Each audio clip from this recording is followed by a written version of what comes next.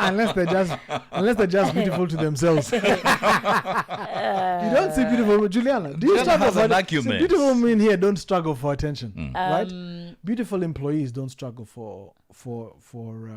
Can we just say beautiful and confident? Yeah, employees? and confident. Yes. Yeah. She said she was talking to other young women, and she said, "Ladies, how do you divorce a billionaire?" How? Why wouldn't I divorce a billionaire? That just because a billionaire has slept with somebody else? And then? Okay, guys, I think... Money Matters. Growing together with you. Powered by the Money Making Sense podcast.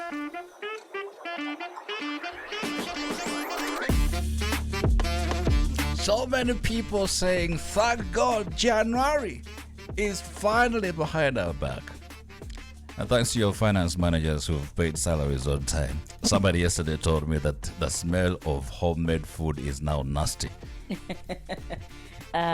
Because money has entered. Now you feel you are all the KFC and all that. You're too big for home cooked food. Now that's when the lasagna at Marriott starts smelling really nice. You're like, yeah, I can make cold Kivu mantis. You know?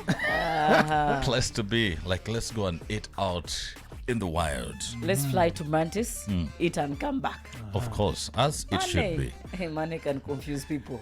Listen, our conversation on the benefits of financial wellness programs in your company. And last week we had this conversation on the cost of financial stress at work. And Isaac is back again. Isaac, good morning. Good morning.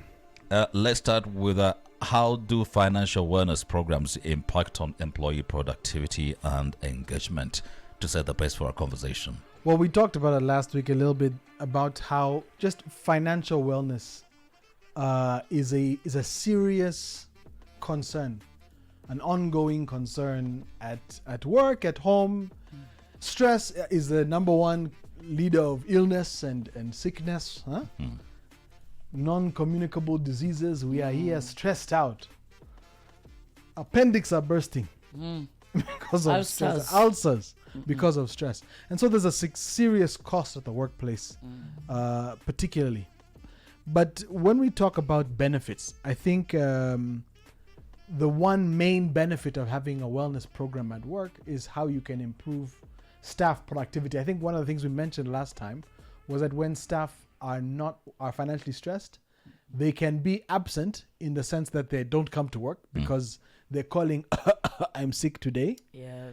Or they're at work and absent in the office because their mind is not at work. So I think the rates are at between 25 to 30% more productivity per month. Wow. Because of addressing financial stress, which is I think number one or number two on the list of main stresses at the workplace for staff members. Yeah. So you can imagine 30% more productivity. What do 30% do to your bottom line? Well, it's quite significant when you look at it. Yeah. Very significant. 30% is because some companies actually their performance ranges between 25 to 35%. So imagine if somebody gave you another 30%, exactly. You're already into your 65 plus. Yeah. And to the employer, what is that key benefit, or what can they expect from implementing a financial wellness program? Well, there are multiple benefits. So the productivity is one of them. Another one is turnover.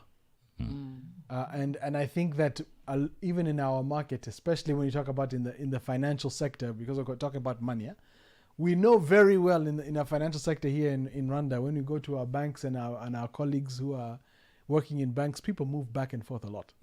A lot. And it has an effect on the productivity of the company.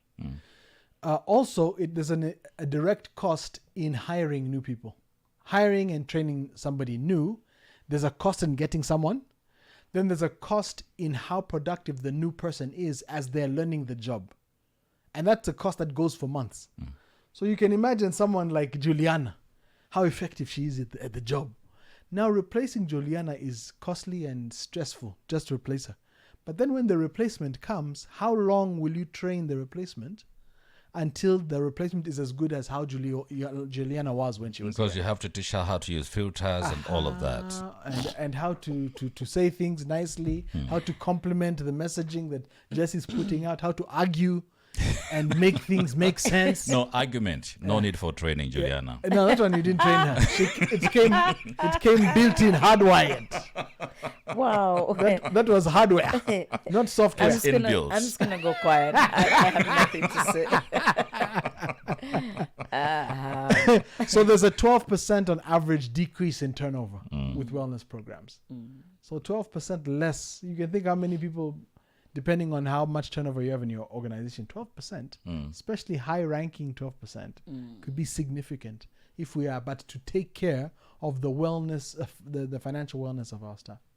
So are people applying on their wellness because we're ending January? We did our, by the way, thank you very much, Juliana, for being argumentative. Now, I'm going to take this positively. I won't say nothing. We did our first 25 for 2025, our first session yesterday. Oh, it was a nice. big hit. We had a good turnout. We had a lot of people who are coming in to talk about, yesterday we talked about setting goals and talked about organizing our budget so This we is can setting find the financial money. goals. So setting financial goals for 2025. We talked about it yesterday, and next week we're going to talk about how we use our kitu kidogo, the small money we have from our savings each month, 5% of what we make. We're going to be talking about next week how we invest that money. So it's a weekly thing. It's a weekly thing with these founder members. Okay. Yeah. And so we started Are you yesterday. doing it online or you're doing it at We did it online. Interesting. We did it online. So those of you who want to jump in, we're starting again next month, a new group. What are we seeing lately in the HR world? Normally, you'd find those who are seeking employment really they live at the mercies of those who give the jobs. But do we see a trend where even job seekers are picky on which companies they can join, and that companies that have these financial wellness programs stand a great advantage in attracting top talent? Yeah, attractive people have a pick of the litter. Those who are attractive can choose. You don't see beautiful women struggling for attention. Some do. No, they don't. unless they're just beautiful to themselves. You don't see beautiful Juliana. Do you struggle for attention? Beautiful women here don't struggle for attention, right? Beautiful employees don't struggle for. Can we just say beautiful and confident? Yeah, employees? and confident. Yes. Yeah, if you know your worth, and you are in fact worthy, because of those of us who are delusional in our worthiness. Yes. Delulu? Some of us. Delulu. The young people say delulu. Yeah, so those are the young people are saying, those who don't have gray hairs in their beards yet. They say delulu. So there are those of us who are overly confident, but there are those who are extremely good at what they do, who are limited in supply, and they know the value they bring. Those kind of employees will always have choices, right?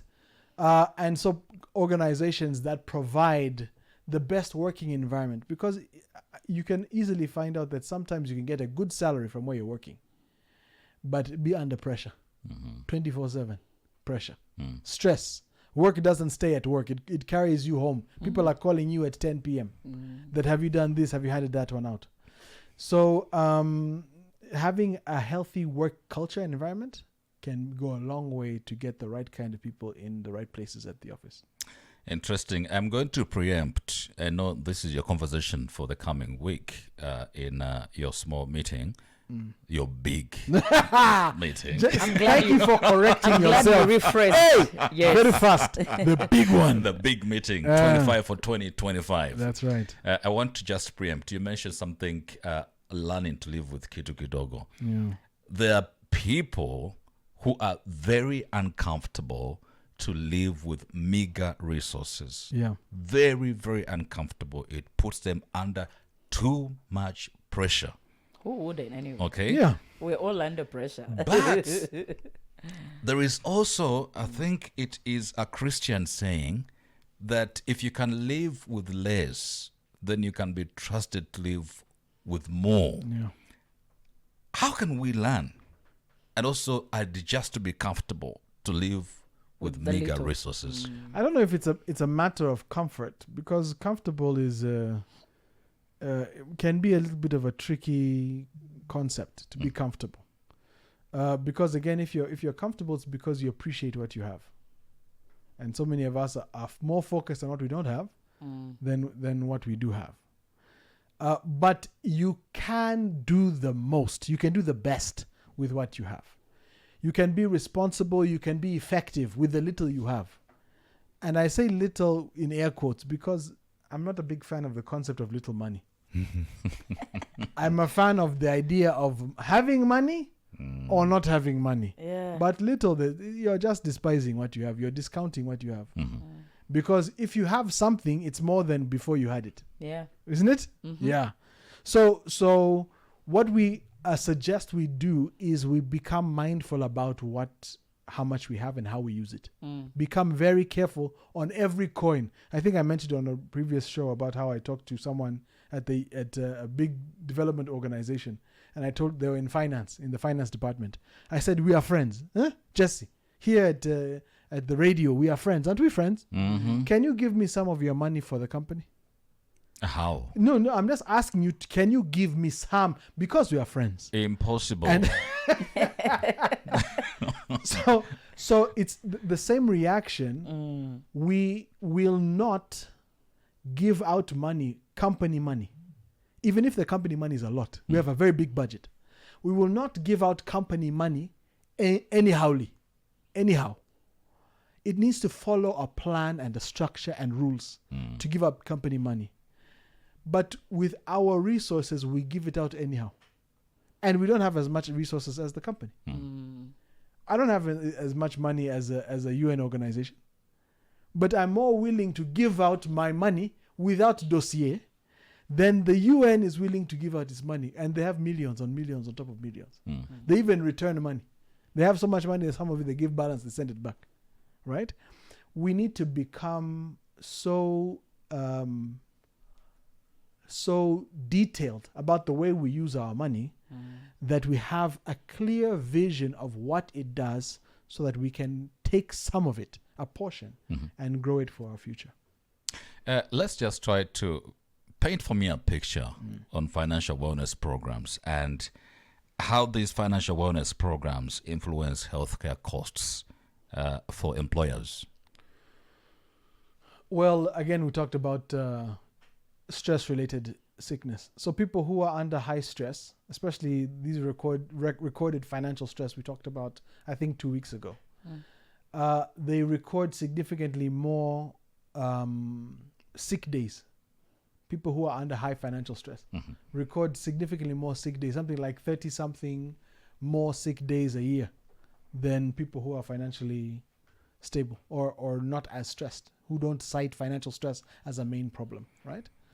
So if you're an organization that handles, for example, healthcare costs, and now somebody is not coming to work, they are sick, which means they're not productive.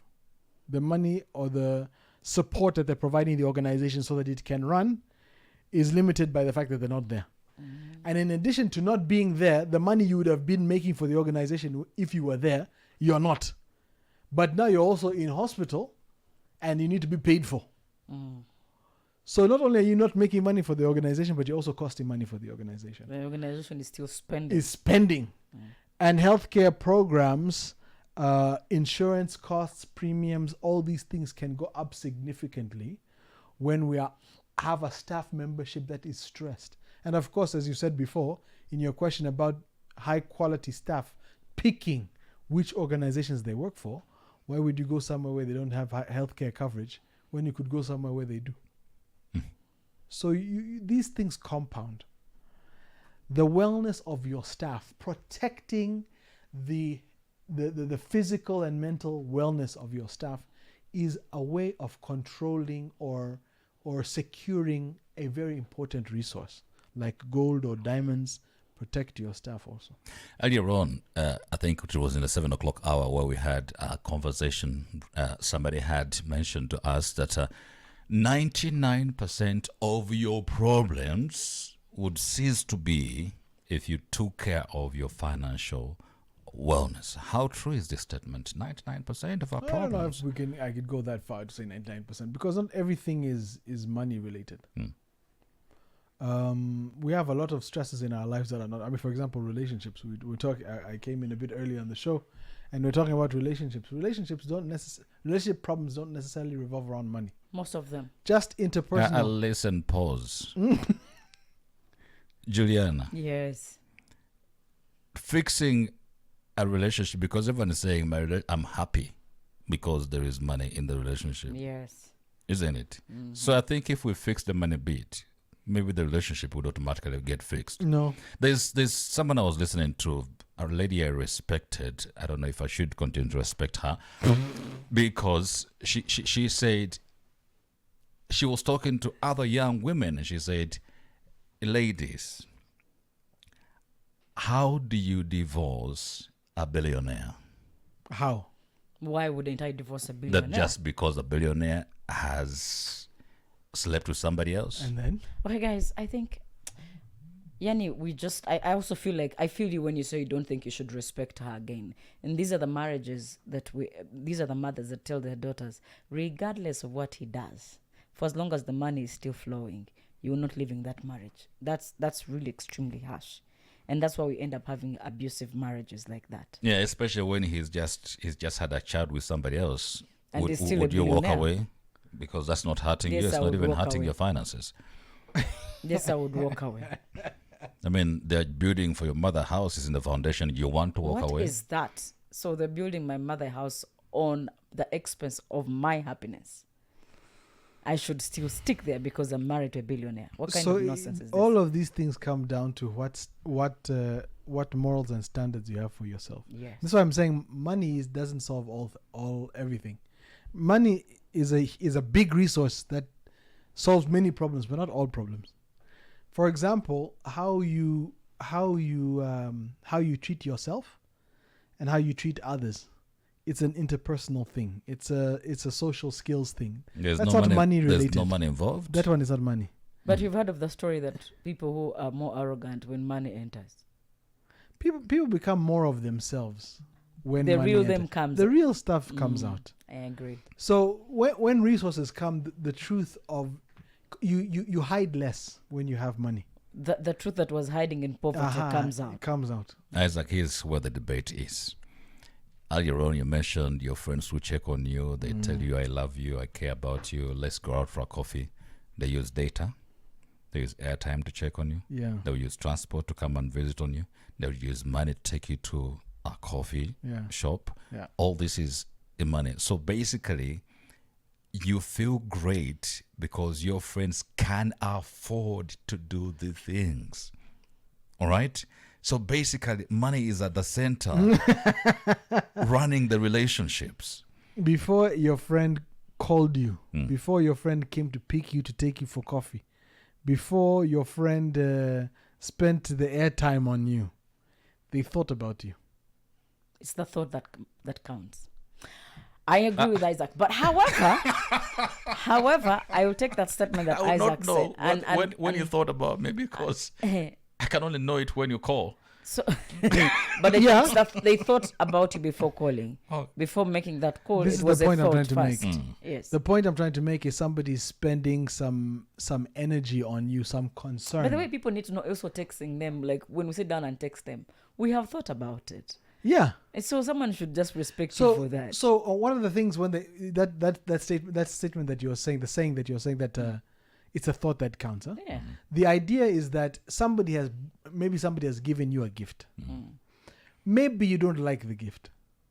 But it's the maybe thought. You already have that gift. That same one they've given you, somebody gave you again before last week. So now you don't need the second one. But when you are grateful, you are basically saying to someone, yes, this gift might not be ideal. Maybe you won't say that. You won't go so far as to say to discourage the gift or to discount the gift. But what you're appreciating is that thank you so much for taking the time to think about me, to go out and do something for me that you didn't have to do. Let me give you... People have lost humanity. Let me give you a situation.